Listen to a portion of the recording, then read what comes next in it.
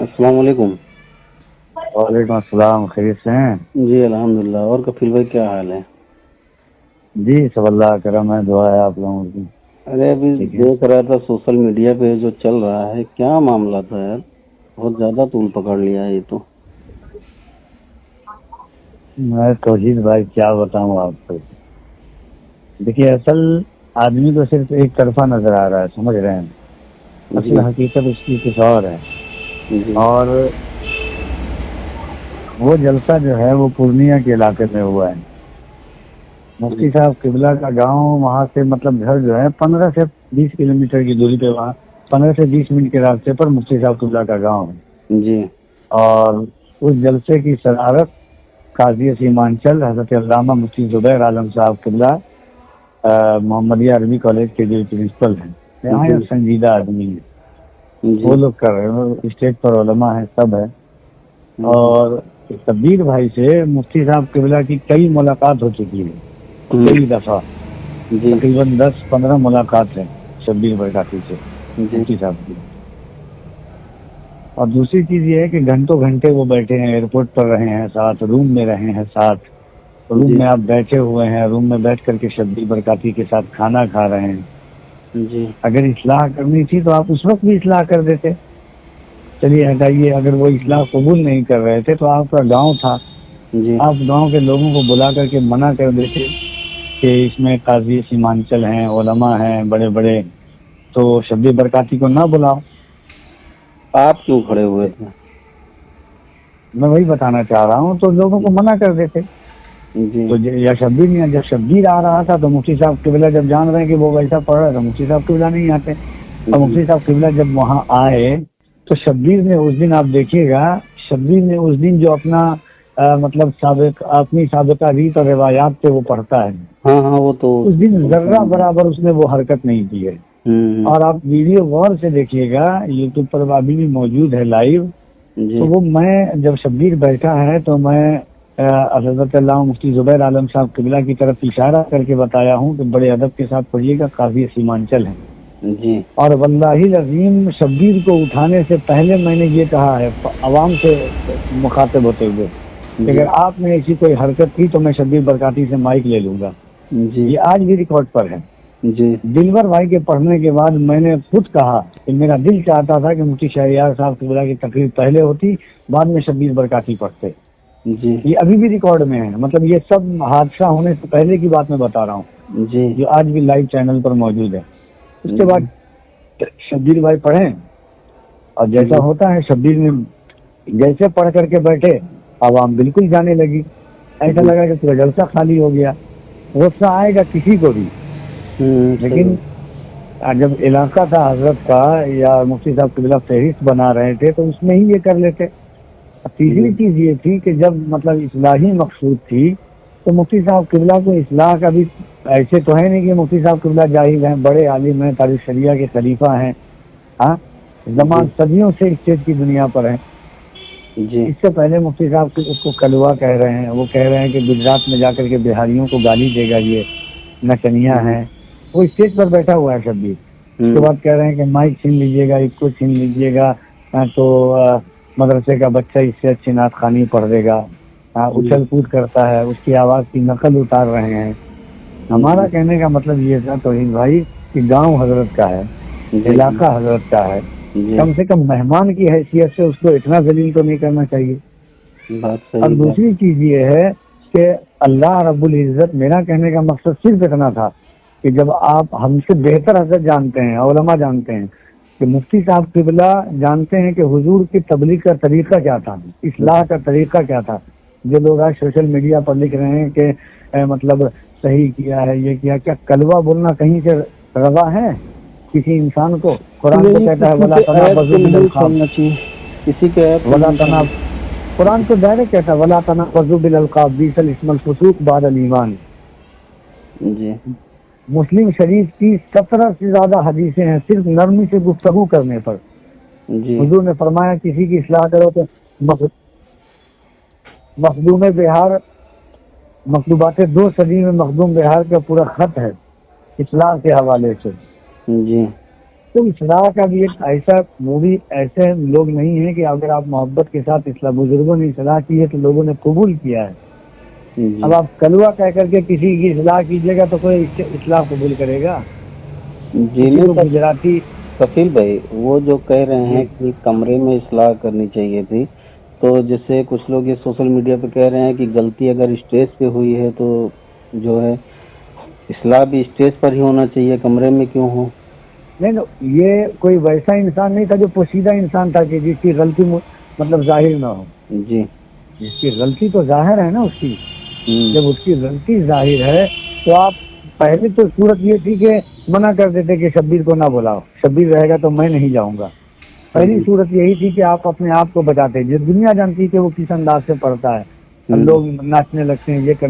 میں شبیر کی حمایت میں واللہ لازم نہیں بولا ہوں، میں اس لیے بولا ہوں کہ صرف اس لیے کہ کلوا، گجراتی، نچنیا وہ بیٹھا ہوا ہے.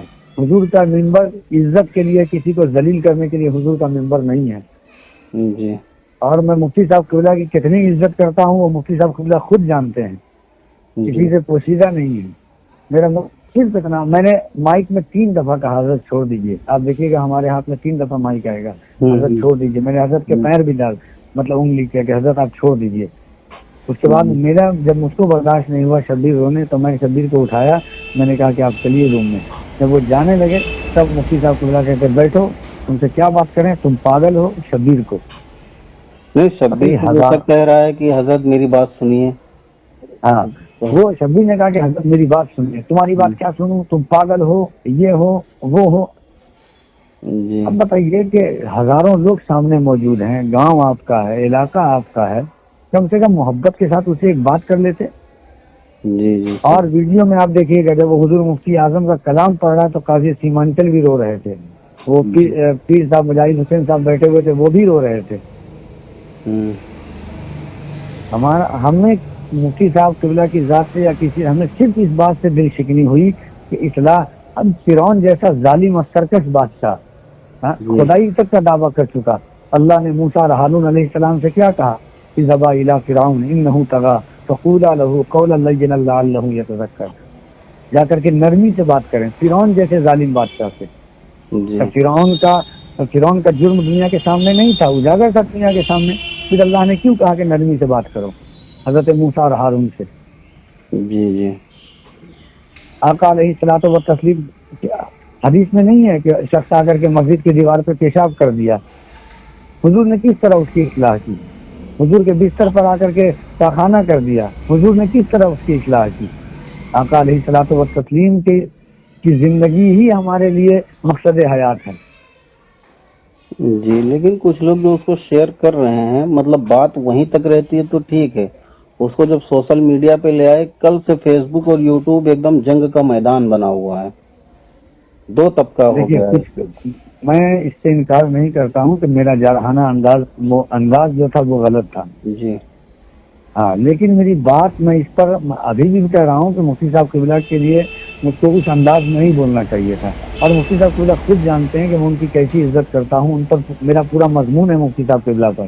جی لیکن توحید بھائی ہمیں صرف اس بات، مفتی صاحب قبلہ کئی جگہ مطلب لوگوں کے اس طرح سے کیے ہیں، لیکن مجھے افسوس اس بات کا تھا کہ مفتی صاحب کے گاؤں میں، اور آپ پوچھ لیجیے گا شبیر بھائی سے اگر آپ کی بات ہوگی تو شبیر رو رہے تھے بیٹھ کر کے. 15 منٹ تک اس کو ذلیل کیے ہیں. رات میں بات ہوئی ہے ان سے.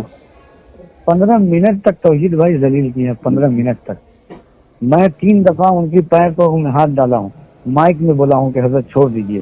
وہ لے کر جب برداشت نہیں ہوا تو میں لے کر کے جانے لگا. جب وہ اس کو پاگل یہ کہنے لگے. ہمیں اب کوئی جاہل جو لوگ مطلب تبصرہ کر رہے ہیں، یہ کر رہے ہیں، وہ یہ نہیں جانتے ہیں کہ کسی کو کلوا کہنا کیا یہ اسلام ہے. جب وہ ظاہری کسی کو گجراتی، کسی کے شہر کو لے کر کے یہ اس پر الزام نہیں ہے شبیر پر کہ گجرات میں جا کر کے وہ بہاریوں کو گالی دے گا. گالی کیوں دے گا انسان؟ وہ تو یہ الزام نہیں ہے مفتی صاحب جلسے میں بولا کہ وہاں کے لوگ بہت اچھے تھے رات میں. ارے بھائی پورے لوگ علاقے کے، اور مفتی زبیر عالم صاحب قبلہ اتنے مؤدب باوقار مستند عالم ہیں کہ مطلب وہ خود بیٹھے ہوئے تھے پیچھے. وہ خود بیٹھے ہوئے. مفتی شعیب عالم ہے، مفتی معین الدین چترویدی ہے وہاں کی. اور یہ جو ہے پہلے عوام اٹھی ہے، جی پہلے عوام سے تقریباً 15-20 لوگ کھڑے ہو گئے ہیں مفتی صاحب قبلہ کو. جب میں دیکھا کہ عوام سے لوگ کھڑے ہیں تب میں شبیر کو لے کر کے جانے لگا. ایسا نہیں ہے کہ میں نے پہلے کچھ کہا، میں نے صرف ہلکا ہلکا مائک میں کہا کہ حضرت چھوڑ دیجیے، انگلی کا اشارہ کیا. ہاں اس میں جب عوام سے سامنے سے لوگ کھڑے ہو گئے ہیں، اور آپ پوری ویڈیو دیکھیے گا نا آپ کو پورا کلیئر ہوگا. میں پوری رات میں 2 یا 3 دفعہ بولا ہوں کہ تقریر سنیے آپ لوگ، اور میرا بھی دل یہ چاہتا ہے اور دلبر بھائی کا بھی دل یہ چاہتا ہے کہ مفتی صاحب قبلہ کی تقریر پہلے ہو. یہ میں برسر عام کہا ہوں کہ اگر میرے ذمہ فہرست رہتی تو میں مفتی صاحب قبلہ کی تقریر بیچ میں کرواتا، لیکن کمیٹی والوں کا مطلب کی فہرست ہے تو مجھے اس حساب سے چلنا پڑے گا. یہ میں نے آن دا ریکارڈ کہا ہے. اور میں نے یہ بھی کہا ہے شبیر کے پڑھنے سے پہلے کہ اگر شبیر کے پڑھنے کے وقت میں آپ نے ہلہ ہنگامہ کیا یا ناچ کود کیا تو میں مائک لے لوں گا، شبیر سے میں مختار ہوں. یہ آن دا ریکارڈ بیان ہے یہ. جی لیکن آپ کے اوپر جو الزام یہ آ رہا ہے کفیل بھائی کہ آپ جو کھڑے ہوئے تھے وہ طریقہ آپ کا غلط تھا.